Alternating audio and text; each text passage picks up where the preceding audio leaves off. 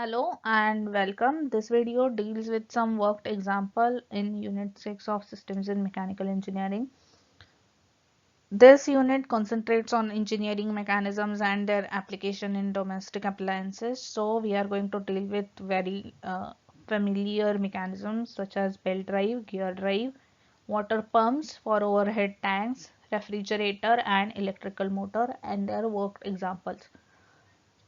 So the format will be we are going to first see the formulae for each of them and then we are going to solve one numerical. So firstly belt drive. This is a belt drive. It involves a drive which transmits the power between two shafts. The pulley is mounted on the driving shaft and the other pulley is mounted on the driven shaft. This is called as a driving pulley. That is a driven pulley. There is a belt which transmits on the both of the pulley. So if this pulley is rotating, this belt transmit the power to the driven pulley. We will consider a small, so we will go for formula and therefore we are going to see the terminology. We will consider the capital D as diameter of driven pulley, small d as diameter of driving pulley, n is the speed of this pulley, n is the small speed of this, t is the thickness of the belt, v is the linear speed of the belt. That means the speed at which this belt is moving. And I is the speed ratio. What is the speed ratio? We are going to see in short term. So V can be perceived as pi d n by 60. As the belt is transmitted on both the pulleys, the linear speed will be same whether it is calculated with respect to driven or driving pulley. So pi small d is that is the diameter of this and RPM speed of this. Pi d n by 60. This is the how much length of belt is passing here. Or it can be perceived as pi capital D capital N by 60. The speed ratio is basically the input speed upon the output speed. The input speed is driving pulley speed and upon the output speed. Now as you can see here D into N is they are inversely proportional, so the I can also be perceived as D by capital D by small d. Also it can be perceived if the belt thickness is very large, then it affects the speed of the belt, and in the case of significant belt thickness the formula changes to this. The power transmission requires few more things to be concerned with. For example, TO, that is torque of the driven pulley. TI is torque available at the input pulley. PO is power output and PI is power input. So Pi can be perceived 2 pi nt by 60 and PO is similarly 2 pi nt output by 60. And efficiency of any drive, as we know, it is a power output upon power input. So let's move on to the example.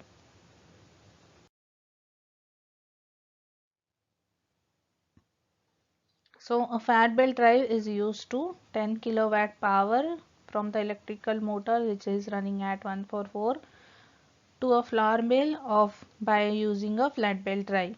The pulley of motor is 100 mm and pulley of the mill is 180 mm, and the torque on the mill, so that is the output torque we are available with, that is Newton meter. So let us check all the given values how they fit. So power input is 10 kilowatt because it is used to drive the 10 kilowatt power. Diameter of the driven pulley is 180. Diameter of the driving pulley is 100. The N at that is an input RPM at which the motor is running, it is 1440, and torque output because it is on the mill pulley, it is 112 Newton meter. So firstly for the speed ratio we are going to determine the speed ratio. So speed ratio can be perceived as capital D by small d or N by capital N. So we have these both values, so it will be 180 by 100, that is 1.8. Then we also know that I is equals to small n by n. So for speed of mill pulley we can use the same value 1.8 from here, and RPM we get as 800 RPM of the driven pulley or the output pulley. The power is PO. So PO can be perceived as 2 pi capital N TO, that is torque output. We have all the values, we put it, the answer is here. Now for the efficiency we need PO and PI. So PO upon PI is this, and in terms of percentage the answer is 93.8. Let's move on to the next drive. Gear drive is not like a belt drive. We have almost the same parameters, as capital D is driven gear diameter, small d is driving gear, n is for driven, small n is for speed for driving gear in RPM. These are different. These are number of teeth on driving and driven gear respectively, the capital Z and small z. V is the pitch line velocity, and diameters are also known as pitch circle diameter. That means not up to here, or it is from the center of the gear to the midpoint of this pitch circle of the gear. Then I is a gear ratio. It is similar to the speed ratio. So we will look into the formulae. V is again pi dn by 60 for both of them. I is again input speed upon output speed in RPM, that is inversely proportional to that of pitch diameters, and which is again equals to the diameter of driven gear divided by diameter of driving gear. Similarly, the number of teeth on driven gear divided by number of teeth on driving gear. The other parameters are torque, output and input, and power, output and input. So the formula remains the same, 2 pi nt by 60. PO is 2 pi NTO by 60 and efficiency is PO by PI. Let us see an example.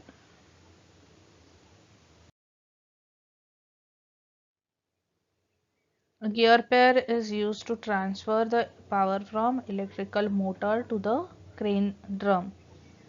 The gear on the electrical motor, that is input, has pitch diameter of 72, while the output gear has the diameter of 360.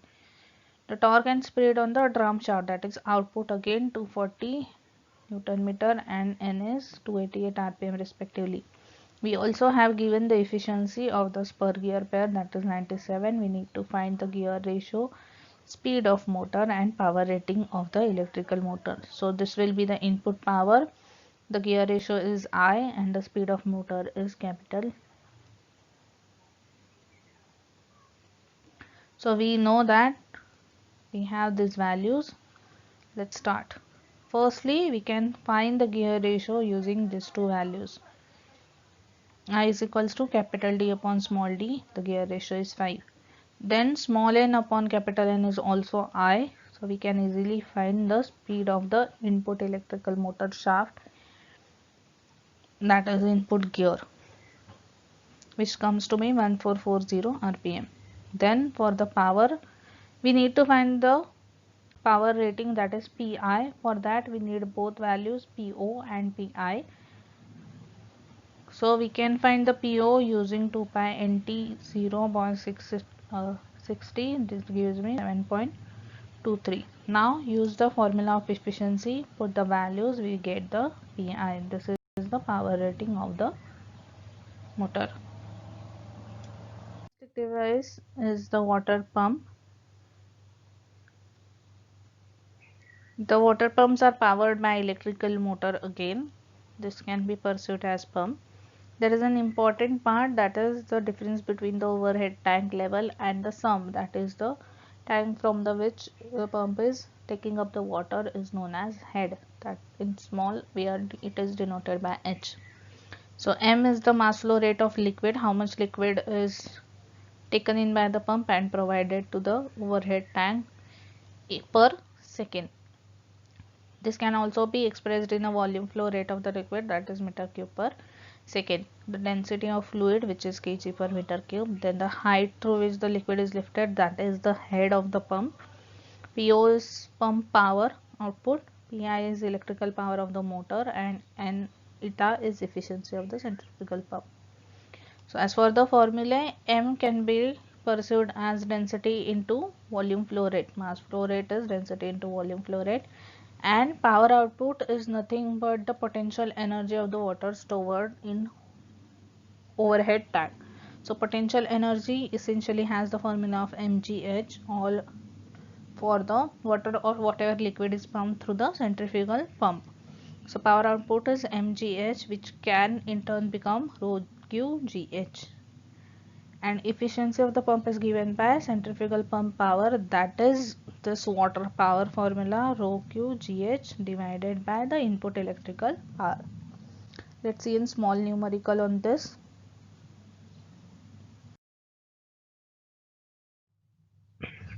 A centrifugal pump is used for lifting 200 liters of water per minute. This is a flow rate and it is given in liters, so it is a volume flow rate. To the height of 19 meter, this is the head, and density of the liquid, that is water, is given. The pump is driven by this rated motor, so this is an input power of the motor and input RPM of the motor. You need to find the output power, that is water power, and efficiency of the pump. So these are the given values. Let us move to the solution. We need the Q in meter cube per second, so we will first convert that. For liter it is 10 raised to minus 3 to convert to meters cube, and for minute it is divided by 60 to convert to second. So we get the answer of Q in meter cube per second. Now for the power output, that is rho qgh, it is also termed as water power. We are going to put each values. The unfamiliar one is this is the constant of gravity or gravitational acceleration value. We get 0.6213 kilowatt as power output. Now power input and power output are both there, so it is easy to calculate the efficiency, which is just division, that is the 84.5%. These are quite simple examples if the formulae is known and the type of power generated by each device is familiar. Then the refrigerator. The domestic refrigerator conceptually works between two reservoirs, a hot, that is surrounding, and cold, that is the insides of the refrigerator. It takes up the heat from the cold and rejects it to the hotter environment, that is the space outside or the surrounding outside the refrigerator. This is not possible without some work input. So this work input is the electricity provided to this refrigerator. So the COP of the refrigerator, the COP is coefficient of performance. It is termed as desired output upon input. So that is Q in. This is my desired output, the cooling effect on the inner compartment of refrigerator divided by W. And using energy balance, it can be easily seen that the difference between Q in and Q out is nothing but W. So W can be written as Q out minus Q in. Another formula is energy consumption by the refrigerator in kilowatt hours or in units. So that is the work done or the energy supplied to the refrigerator into time in hour. That gives me kilowatt hour or units. They are electrical units. Usually electricity bill comes on the basis of this. Therefore this is an important parameter. Let us see an example of it.